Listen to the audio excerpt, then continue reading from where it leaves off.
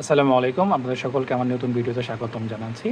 আজকে আমরা উচ্চতর গণিতের ক্লাস 9-10-এর ত্রিকোণমিতির 8.3-এর 10-এর গ এবং ঘ নাম্বার অঙ্কটা করার চেষ্টা করব। তো শুরু করা যাচ্ছে।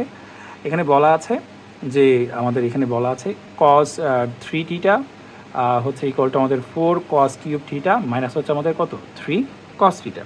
তো এখানে যেখানে আমাদের দেওয়াই আছে থিটার মান কত, থিটার মান দেওয়া আছে আমাদের এখানে রুট থিটা ইকুয়াল টু π/3। আমরা লিখে দিব প্রথমে যে দেওয়া আছে, কি দেওয়া আছে, থিটার সমান সমান কত π/3 আমাদের দেওয়া আছে। তবে এখানে বাম পক্ষ ডান পক্ষ আছে, আমরা লিখবো এখানে বাম পক্ষ, লিখে দিলে আমরা বাম পক্ষ সমান সমান কি লিখতে পারি, কস টি থিটা লিখতে পারি, যেখানে থিটার মান জানি আমরা কি π/3, আমরা π/3টা লিখে দিলাম। তাহলে এই 3 কি কেটে যাবে এবং কস কি, কস হচ্ছে পাই লিখতে পারি। ঠিক আছে, আমরা এটাকে প্রকাশ করতে পারি কিভাবে, এটা আমরা সরাসরি ক্যালকুলেটর দিলে মান চলে আসবে, কিন্তু আমরা কি করব, এটাকে সুন্দর করে প্রকাশ করে দেখাই দেব।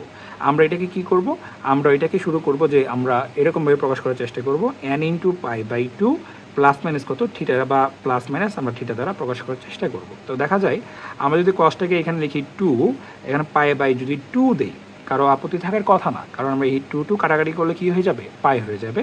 এবং প্লাস যদি থিটার মান দিতে চাই, থিটারকে আমরা শূন্য দিয়ে দিই, কারণ কি এখানে কোনো ধরনের থিটার মান নেই, আমরা এখানে থিটা দ্বারা কী করতে পারি, শূন্যটাকে প্রকাশ করতে পারি। আমরা যদি এইটাকে কাটাকাটি করি আমরা কি পাবো, এটাই পেয়ে যাব। তাহলে আমরা কী করতে পারি, এই যে আমাদের এখানে থিটা আছে 180 আছে, সেই 180 থেকে কী করতে পারি, আমরা এরকমভাবে সুন্দর করে সাজিয়ে লিখতে পারি।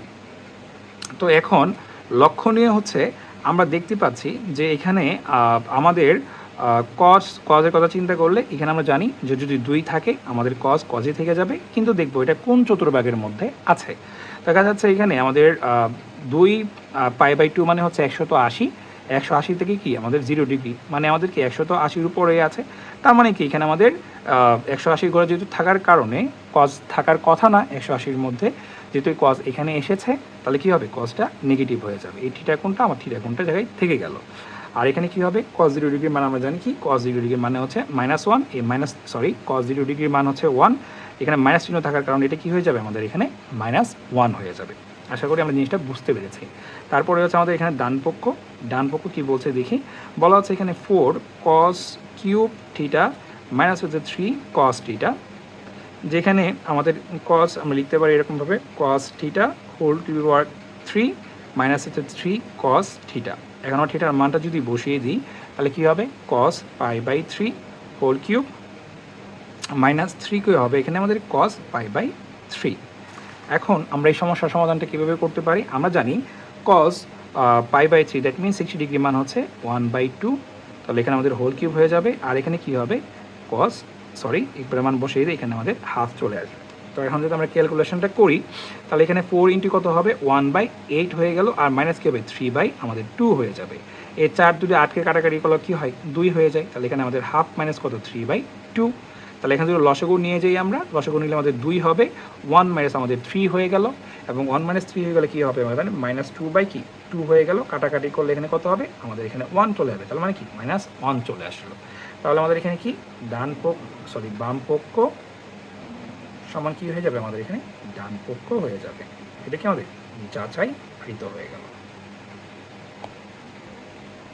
তার পরবর্তী যে অঙ্কটা আছে, এখন আমাদের যে অঙ্কটা আছে ঘ নাম্বার, সেটা বলা হচ্ছে tan 2 থিটা ইকুয়াল টু কত, 2 tan থিটা বাই কি, আমাদের 1 মাইনাস tan স্কোয়ার থিটা দেওয়া আছে। এই অঙ্কটা আমরা কীভাবে সমাধান করব, এই অঙ্কের সমাধান করার জন্য আমরা প্রথমে কি করব, আমরা জানি আমাদের দেওয়া আছে, কি দেওয়া আছে, আমাদের দেওয়া আছে থিটা সমান সমান কী দেওয়া আছে, π/, কী দেওয়া, π/, হচ্ছে আমাদের 3 দেওয়া আছে। তাহলে আমাদের হিসেবে আমরা এখানে লিখব বাম পক্ষ কী লিখতে পারি, tan 2 থিটা লিখতে পারি।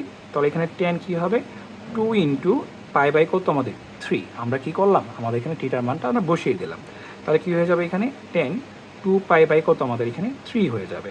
এখন 2π/3 হলে আমরা জিনিসটাকে লিখতে পারি, আমরা জানি আমরা কি লিখতে পারি, π মাইনাস π/3 আমরা লিখতে পারি, যেখানে আমাদের ট্যানটা যেহেতু এখানে পজিটিভ আছে, আমাদের টেনে থেকে যাবে, এবং যেহেতু এইটা 180 থেকে কি আছে, কম আছে, তার মানে কি সেটা হচ্ছে দ্বিতীয় চতুর্ভাগের মধ্যে আছে, তাহলে কি হয়ে যাবে, আমাদের মাইনাস চিহ্ন চলে আসবে। এবং আমরা জানি tan 60 ডিগ্রির মান হচ্ছে কত, tan 60 ডিগ্রির মান হচ্ছে আমাদের √3, যেহেতু -3 আছে, তাহলে এটা কি হয়ে যাবে, আমাদের মাইনাস √3 হয়ে যাবে। ঠিক তেমনিভাবে যদি আমরা এখানে ডান পক্ষ লেখার চেষ্টা করি, ডান পক্ষ সমান সমান কী দেওয়া আছে, ডান পক্ষ সমান সমান দেওয়া আছে 2tan বাই কি 2tan থিটা মাইনাস হচ্ছে বাই হচ্ছে 1 মাইনাস tan স্কোয়ার থিটা, আমরা সেটাই লিখে দেব 2tan থিটা বাই হচ্ছে 1 মাইনাস tan স্কোয়ার থিটা। আমরা এটাকে কী করতে পারি, 2tan থিটা বাই কি 1 minus tan theta whole square লিখতে পারি। 2 ইন্টু tan থিটা মানে কি পাই বাই 3 বাই হচ্ছে কত 1 মাইনাস এখানে tan pi by 3 whole square আমরা লিখতে পারি। তো এখানে আমরা জানি যে এখানে আমাদের tan 60 ডিগ্রি মান কত, tan 60 ডিগ্রি মান হচ্ছে √3, আর নিচে কি আছে আমাদের এখানে √3 আছে, তাহলে আমাদের এখানে কি হয়ে যাবে, এখানে একটা হোল স্কোয়ার হয়ে যাবে। তাহলে এখানে 2√3 এবং নিচে কী হয়ে যাবে, এখানে দুটো রুট আমরা স্কোয়ার করে দিই, তাহলে আমাদের 3 চলে আসবে। তাহলে 2√3 বাই কত দেওয়া আছে আমরা লিখতে পারি যে হচ্ছে -2, তো -2 এবং 2 দিয়ে কাটাকাটি করলে কী হয়ে যাবে, আমাদের উত্তর -3 চলে আসবে। তার মানে আমাদের বাম পক্ষ এবং আমাদের যে ডান পক্ষ সেটা কি পরস্পর সমান। তাহলে আমরা কী করতে পেরেছি, আমরা যাচাইকৃত করতে পেরেছি বা যাচাইকৃত হয়েছে আমাদের মাধ্যমে। এই ছিল আমাদের 10-এর গ এবং ঘ নাম্বার উত্তর। আমরা আশা করি অঙ্কগুলো খুব সহজে বুঝতে পেরেছি।